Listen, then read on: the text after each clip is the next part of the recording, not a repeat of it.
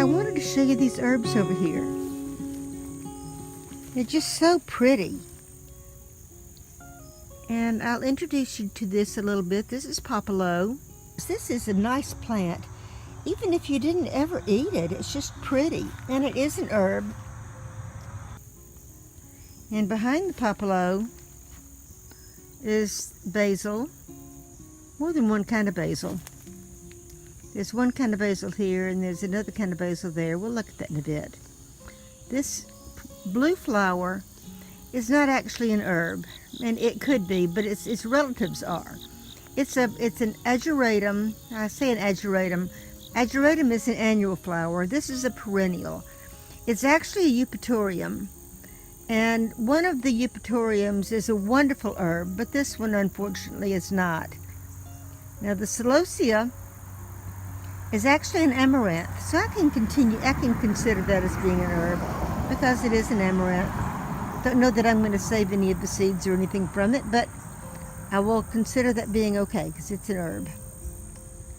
Let's see, I'll talk about this a little bit more about this in a few minutes. And then we're going to walk over to the other part of the yard and look at these herbs over here. Now, I haven't said anything about this mint that's growing all in the grass. This mint is a wonderful, wonderful spearmint. It's a named variety of spearmint. And I've mentioned it before in other videos earlier in the year. It's called Kentucky Kernel Mint. Let's see how crinkly the leaves are. Very, very strong smelling. There are other ones, other varieties. I think there's one that's called a mojito mint, and there's other ones that are named after the drinks that they are used in. Kentucky Kernel, of course, is of the mint julep fame.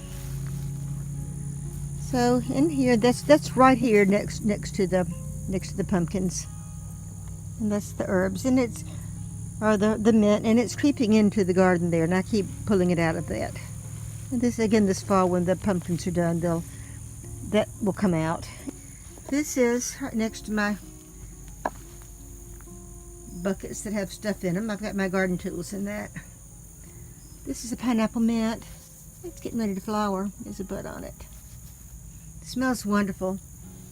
Unfortunately, with the pineapple mint, as wonderful as it smells and as wonderful as it tastes, it said that the flavor doesn't last when it's dried, so you can't dry it and continue to use it. I think it can be used as a tea. It has the same benefits as sage. However, it doesn't have any of the flavor of sage, or very little, if that. But under here, I've got other stuff right. Nope, a little bit, just a tiny little bit right there. It's some oxalis. I had a whole lot of oxalis in here. Chickens came in here last year, and I think they ate most of it. There's a little bit mixed in here, trying to come back. And maybe since I'm not having as many chickens in here as I did last year, that oxalis will come back in this area. There is more oxalis in here. I'm not exactly sure where it went. I'm seeing some back in there. In the middle of these weeds, back in there is some oxalis. I hate to show you. Don't need to show you that. I'll find another spot of it. There's oxalis. You see, here's some more of it right here. A little bit. I used to have a whole lot of it, and the chickens have dispersed it somewhat. So there's a little bit right there. That's pretty with the right there next to that. The jewels of opar and the oxalis are nice together. Nice contrast. If you're looking for decorative plants, there's a little bit right there. Looks like a shamrock. And I did not think that oxalis had any medicinal benefits, but apparently it does. You have to be very careful with it because it's high in oxalic acid. And if you've got kidney problems or kidney stones, rheumatoid arthritis, gout, recommend not having anything to do with it at all. But if you don't, it adds a nice tart flavor to salads and some other things. You want to just be very, very careful with it. I also said it might be good for urinary tract infections. So back over there, there's the Popolo. The Popolo volunteered. And there's some up against the fence over here on this other side too. Catnip is back. Trimmed the catnip way back this summer. And I don't see a lot of it that's come back, but there's at least one good piece of it right there. Now the Popolo has these flowers. There's the buds. See if I can find a picture of the flowers themselves.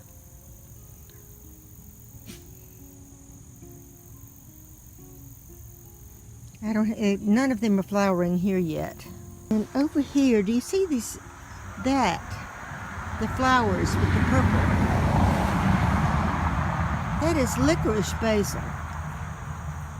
So I need to get those flowers off of it, see if I can get it to branch out and get some more leaves on it. I need to gather that. My friend who encouraged me to plant that would love to have some of that, so I think I'm going to pick some today, clip it all off, give it a good haircut, and take that to her. I think she would enjoy that. Right in here with my sweet basil. This is Genovese basil. So Genovese basil in here, and I've got someplace over in here I have some lemon basil. This basil right there, which is hard to see, is a lemon basil. Herb bed in here among my blueberries. So there's a blueberry right there. And over in that corner by the fence is an elderberry, and on the other side of the fence, you can see popping its head on the other side of the fence is a fig. Let's see if there's anything else I need to show. I broke this off yesterday afternoon, trying to make room to my gate. So I broke this off, used it, put it under the plant as a mulch. Well, the dog just found it, so I'll put it back in a minute. Let him enjoy it. It's not going to hurt him.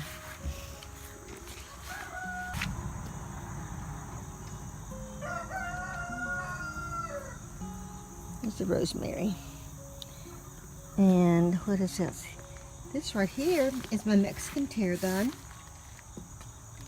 And that's doing good.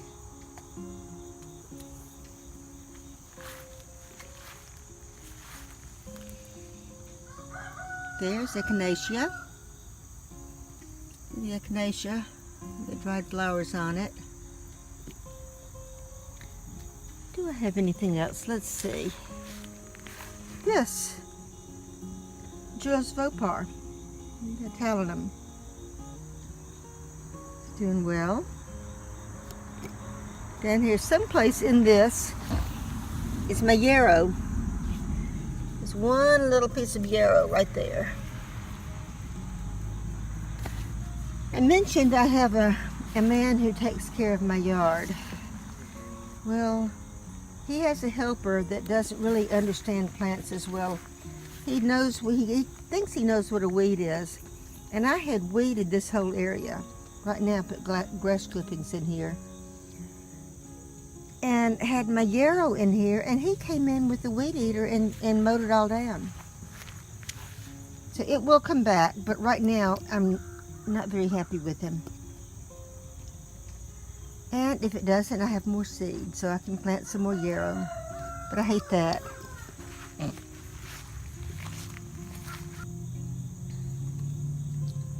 So there's the Talinum, the Jules Vopar. Nice size plant, look at that. And right in here, the other way, this is the pennyroyal. I think pennyroyal doesn't like hot weather. They're just not very happy. Right here, is chocolate mint. In with my daylilies. And right there is comfrey. My dog is right here too, right at my feet. So there's comfrey.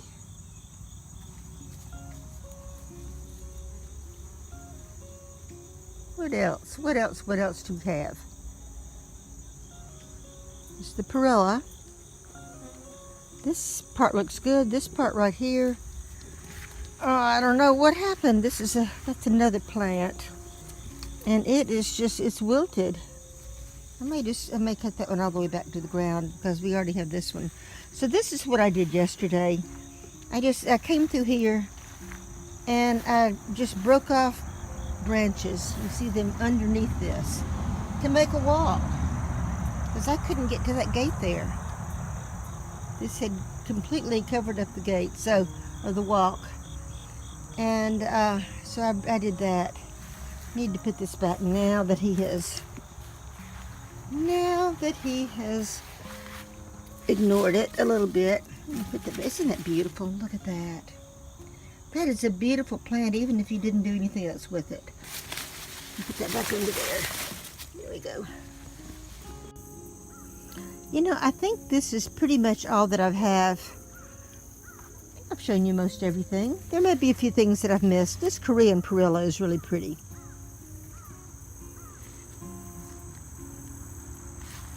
So it turns out it's not the herb that's called shiso. Shiso is a Perilla, but it's a lot smaller. The leaves are smaller. This one is used more in Asian cooking. It has a wonderful scent. Probably would really still, even though it's used in cooking, it probably would make a nice tea. Well, I've got some garlic chives. I missed those. Back over here with the Popolo. But yeah, I think that's it for now. I'm sure I'll come up with something else. The next time I'm out and about, I'll see something that I haven't mentioned. There are some things. Looking over here. Let me walk back to the back and I will show you a few things that I'm going to talk about in another video. But I'll just mention them here. Right in there. Right here in this fencing is a wild grape. But right in there, the yellow flowers, I don't know what that is. I got some seeds off of a really pretty yellow flower on the roadside, and I brought it home, and it blooms every fall. But I don't know what it is. The red flowers I'm going to show you, and the white flowers I'm going to talk about. But that's for another video. So we'll see you another time. Back in here. It's like a jungle. It could be if I didn't keep after it.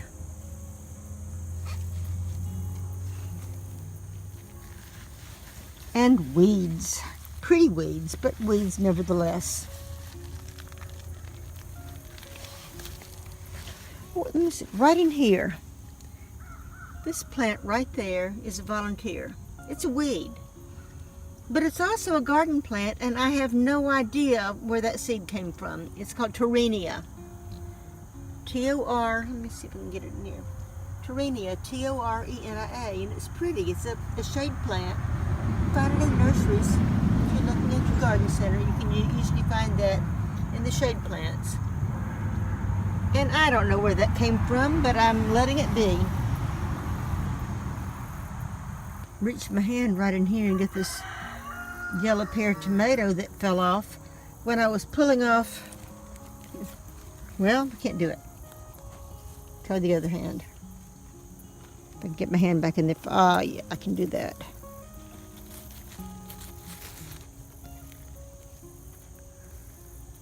It's gonna be fine.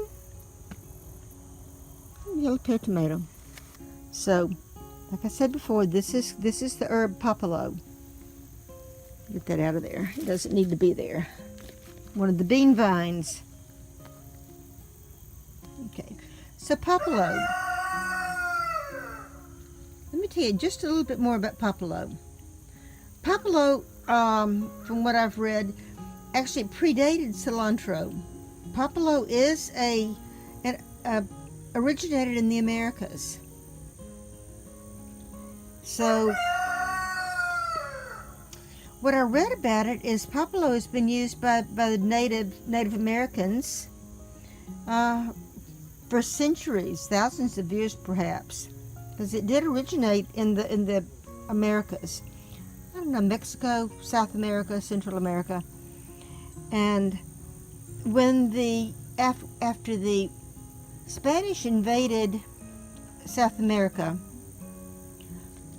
so many of the native population died because of the diseases that were brought in, that they brought in Asians to do the work that they needed to do.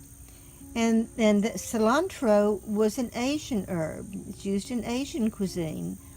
And the Asian workers who came in then brought in the cilantro for their food. But this right here is the flower. I don't know if this is, I don't know if this one is already flowered and that's what's left of it. But when it opens up, you'll see there's another one like that. I think it has purple petals. When it opens up, it looks very much like a dandelion. And the seeds look like dandelion seeds. And like I mentioned before, when you plant them, if you can get the seeds for them, the company that I bought them from said that they get close to 100% germination if they plant them with the bristles at the top intact. Like the little umbrella from the dandelion. If you plant that with that intact, then they get close to 100% germination. But if they knock off the bristles and just have the little straight seed, like a little marigold seed, then it doesn't.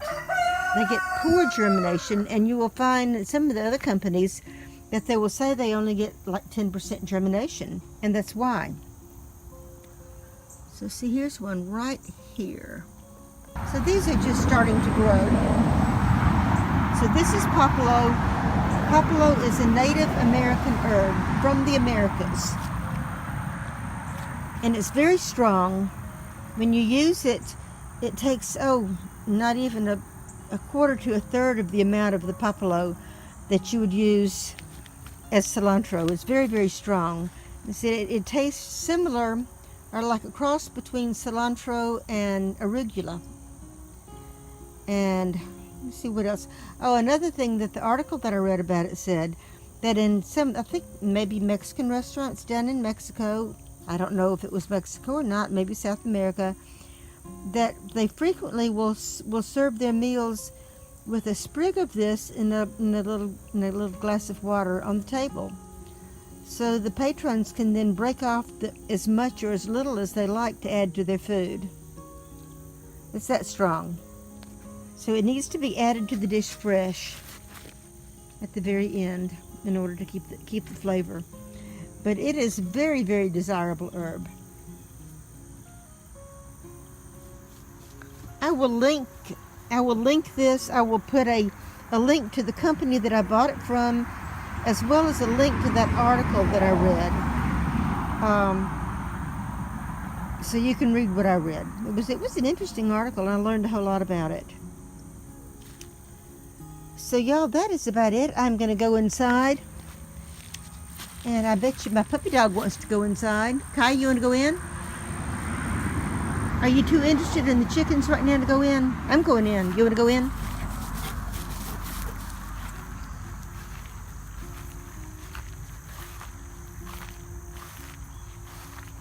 You want to go in? No, I'm going in. Silly dog. Let's go in, Kai. Come on. You want me to open the door for you?